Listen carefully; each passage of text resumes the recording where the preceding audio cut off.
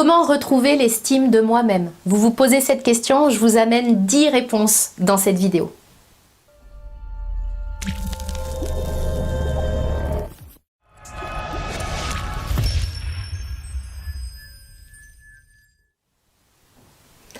Bonjour, mon nom est Nathalie Martin, coach en éveil de conscience auprès des hommes et des femmes qui veulent une vie remplie de sens et d'abondance à tous les niveaux. Si c'est votre première visite ici sur ma chaîne, je vous invite à vous abonner pour avoir en priorité mes prochaines vidéos et également à télécharger, si ce n'est encore fait, mon coffret 3 clés pour trouver le sens de votre vie, dont le lien apparaît dans la description et également ici en haut à droite.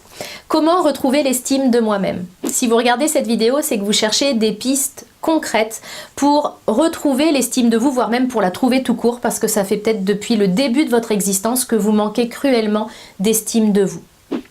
Alors, je veux vous dire que je vous comprends, parce que ça a été mon cas aussi. Je veux vous dire que c'est possible de trouver, parce que moi c'était mon cas, je l'avais jamais eu, donc il a fallu que je la construise. C'est possible de construire l'estime de nous-mêmes, quel que soit notre âge. On peut faire des pas qui vont vraiment nous permettre d'apprendre à nous aimer, tout simplement. Alors, on va démarrer cette vidéo par une définition et par se mettre d'accord sur ce qu'est l'estime de soi.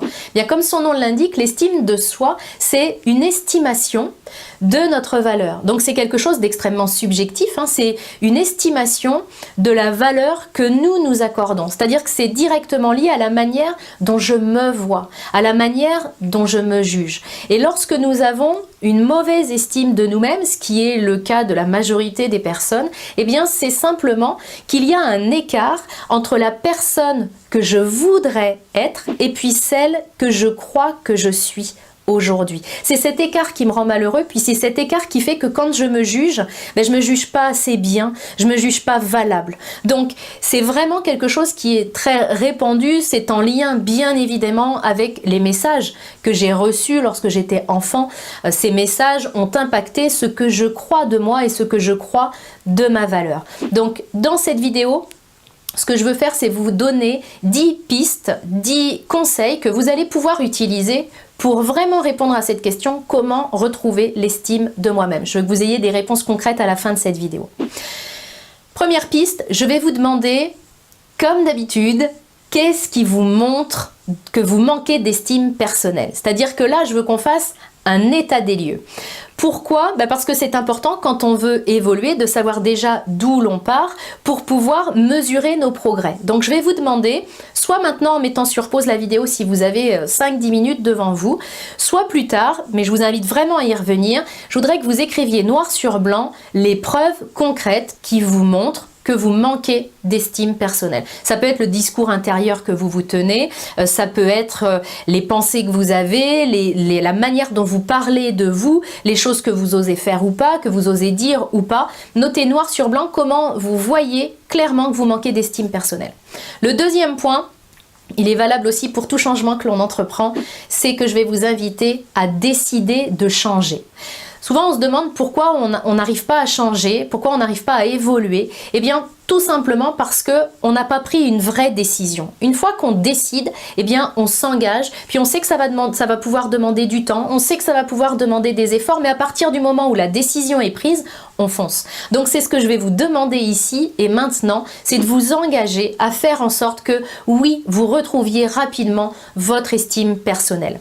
Troisième point, c'est un exercice très facile à faire, c'est d'apprendre à recevoir un compliment. Alors je dis que c'est très facile, mais en même temps ça peut être challengeant aussi pour bon nombre d'entre nous. Ce qui se passe quand j'ai une faible estime personnelle, c'est que je suis très mal à l'aise avec les compliments. D'abord parce que comme je ne me donne aucune valeur, je pense que je n'en ai aucune, je pense que c'est vrai ce que je me raconte, et je pense donc que si quelqu'un me fait un compliment, c'est parce qu'il a besoin de quelque chose, c'est parce qu'il est en train de mentir. Donc j'y crois pas un instant. Donc je suis très mal à l'aise avec les compliments.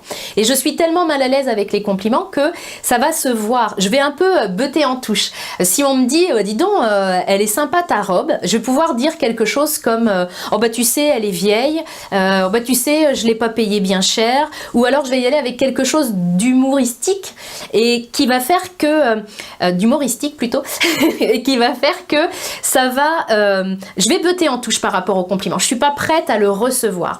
Donc l'exercice simple que je vous propose, bah, c'est de vous rééduquer par rapport à ça. La prochaine fois quand vous faites un compliment, vous dites simplement merci.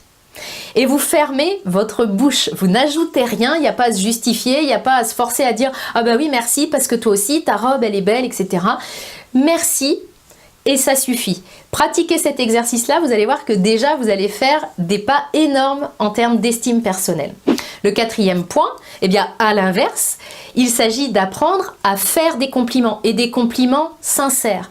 Souvent, quand je n'ai pas d'estime personnelle, je ne vais pas non plus faire des compliments aux autres parce que déjà que je me trouve moins bien, j'ai pas envie d'amener de l'eau à leur moulin et puis de creuser cet écart entre eux et moi. Donc, je vais vraiment vous inviter à penser à des compliments, des choses positives que vous pensez aux gens, puis quand elles vont traverser l'esprit, de simplement prendre le temps de leur dire, ça c'est quelque chose d'efficace également. 5e point, apprenez à dire non. Quand on dit oui à tout le monde, on se dit non à soi. Et on se dit non parce que justement, on ne s'estime pas. On n'estime pas la valeur de notre temps, notamment. Donc, on rend des services à tout le monde, même quand on n'a pas le temps de faire nos propres priorités, même quand on n'a pas le temps de mener les actions pour faire avancer nos rêves. On va dire oui à la terre entière, sauf à nous-mêmes. Donc, apprendre à dire non, c'est quelque chose qui va vous aider. Puis, si vous ne savez pas comment faire, vous avez une vidéo qui est dédiée à ce sujet sur ma chaîne YouTube. 6e point, prenez soin de vous. Apprenez à prendre du temps pour vous, apprenez à vous offrir des choses, ça peut être un massage par exemple, ça peut être ne serait-ce que vous mettre de la crème sur le corps. Vraiment prenez soin de vous parce que c'est comme ça aussi que vous vous reconnecterez à la valeur que vous avez. 7e point, justement on parlait de valeur.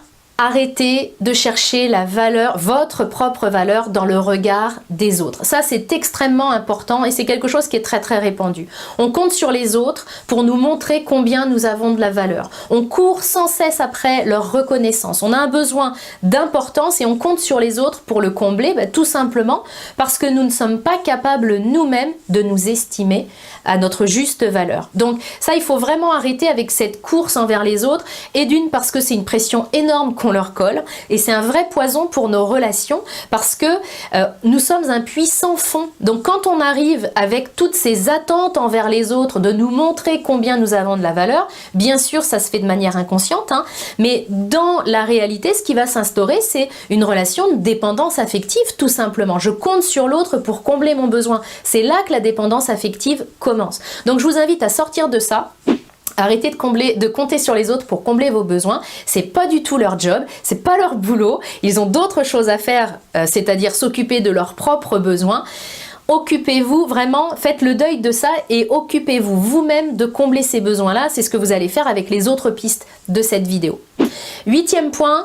Arrêtez de vouloir être parfait, arrêtez de vouloir être parfaite. Parce qu'effectivement, quand je vise la perfection, étant donné que je ne l'atteins jamais ou alors vraiment par accident, tout simplement parce que je suis humaine, donc je peux faire des choses de manière excellente, mais excellent et parfait, c'est différent. Et ça, la vie m'a appris vraiment que je pouvais continuer à viser l'excellence parce que ça fait partie de mes valeurs en lâchant définitivement cette ambition, cette espèce de fantasme de perfection qui me pourrissait la vie puis qui pourrissait aussi la vie de mes proches. Donc faites le deuil de cette perfection, ne cherchez plus à l'atteindre. Aussi parce qu'elle vous handicape au quotidien. Combien de fois est-ce que, parce que vous visez la perfection, vous ne commencez pas les choses en vous disant « Ouais, mais non, mais je commence pas parce que moi, quand je fais les choses, je les fais à fond et comme là, je pourrais pas les faire à fond, je les fais pas du tout. » C'est aussi comme ça qu'on creuse notre estime personnelle, mais notre confiance en nous surtout. Donc, arrêtez de vouloir être parfaite. Vous ne l'êtes pas. Vous avez des points d'ombre comme tout le monde. Apprenez à vous accepter tel que vous êtes. Vous pouvez très bien avoir une belle estime personnelle sans être parfaite.